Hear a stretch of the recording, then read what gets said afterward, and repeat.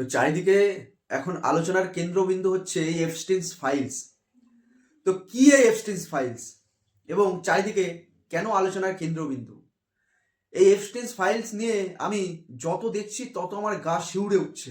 মানে আমি ভাবতে পারছি না যে কতটা বিকৃত মস্তিষ্কের মানুষ হলে তারা এরকম নোংরা জঘন্য নীচ কাজ করতে পারে।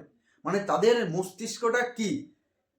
আর সব থেকে বড় বিষয়, আজকে আমরা যাদের ছোটবেলা থেকে আইকন ভাবতাম, শুধু আমি না, অনেকেই যারা ছোটবেলা থেকে যাদের আইকন হিসাবে ভাবতো এবং একজন সাকসেসফুল ম্যান, সাকসেসফুল পার্সন হিসাবে ভাবতো, তাদের সম্পর্কে তো শুনে গা শিউরে উঠছে।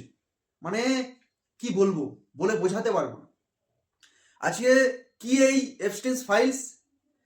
একজন জেফ্রি এপস্টিন নামে একজন ব্যক্তি, যার ছিল একটা বিজনেস সংস্থা। সেই সংস্থা কি কাজ করতেন? সেই সংস্থা কাজ করতেন সমস্ত যারা পৃথিবীতে বিলিনিয়ার আছেন তাদেরকে আর্থিক সহায়তা, মানে আর্থিক সহায়তা না, তাদের আর্থিক ম্যানেজমেন্টটা করতো, তাদের ফাইন্যান্স ম্যানেজমেন্টটা তারা করতো। তো এই ছিল তার কাজ। এবং সেইভাবে সে চারিদিকে যারা ক্ষমতাশীল ব্যক্তি, ক্ষমতাধর ব্যক্তি পৃথিবীর, তাদের সাথে তার লিঙ্ক হয় এবং পরিচয় হয় এবং সারা বিশ্বের তাবৎ লোকের সাথে তার নেটওয়ার্ক তৈরি হয়। সে কি করতো না, মানে শিশু পাচার করত। এবং তার একটা দ্বীপ ছিল, সেই দ্বীপে নর্মাল মানুষরা যেতে পারতো না। সেই দ্বীপে যারা বিলিনিয়ার, যেমন বিল গেটস, যেমন স্টিফেন হকিং, এরকম ধরনের ব্যক্তি যারা আছেন, পৃথিবীর তাবর পাওয়ারফুল মানুষরা সেখানে তাদের যাতায়াত ছিল সেই দ্বীপে। সেই দ্বীপেই এরকম বিকৃত মস্তিষ্কের কাজ হতো, নোংরা নীচ কাজ হতো। ছোট ছোট বাচ্চাদের, শিশুদেরকে নিয়ে গিয়ে যৌন নির্যাতন করতো, তারপরে তাদের কেটে মাংস অব্দি খাওয়া হতো।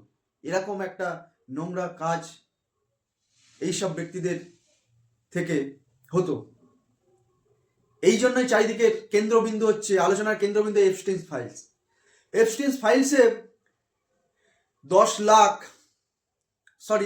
30 লাখ মতো ফাইলস বেরিয়েছে এবং 1.5 থেকে 2 লাখ ফটো বেরিয়েছে এবং প্রায় 2000 মতো ভিডিও বেরিয়েছে এই এপস্টিনস ফাইলস নিয়ে। তো আমি এটাই বলবো, আরো কিছু বিষয়, অনেক ভিডিও আপনারা দেখতে পাচ্ছেন বা অনেক ফটো দেখতে পাচ্ছেন, fake video, fake photo AI দিয়ে বানিয়ে সেটা ফেসবুকে ছেড়ে এপস্টিনস ফাইলস নামে চালিয়ে দিচ্ছে। তো সেই সব থেকে আপনারা একটু চোখ কান খোলা রাখবেন। তো এই জেফ্রি এপস্টিন, সে একসময় নাকি শুনলাম শিক্ষকও ছিল এবং সে তার যোগ্যতার না থাকার কারণে সে স্কুল থেকে বরখাস্তও হয়েছে।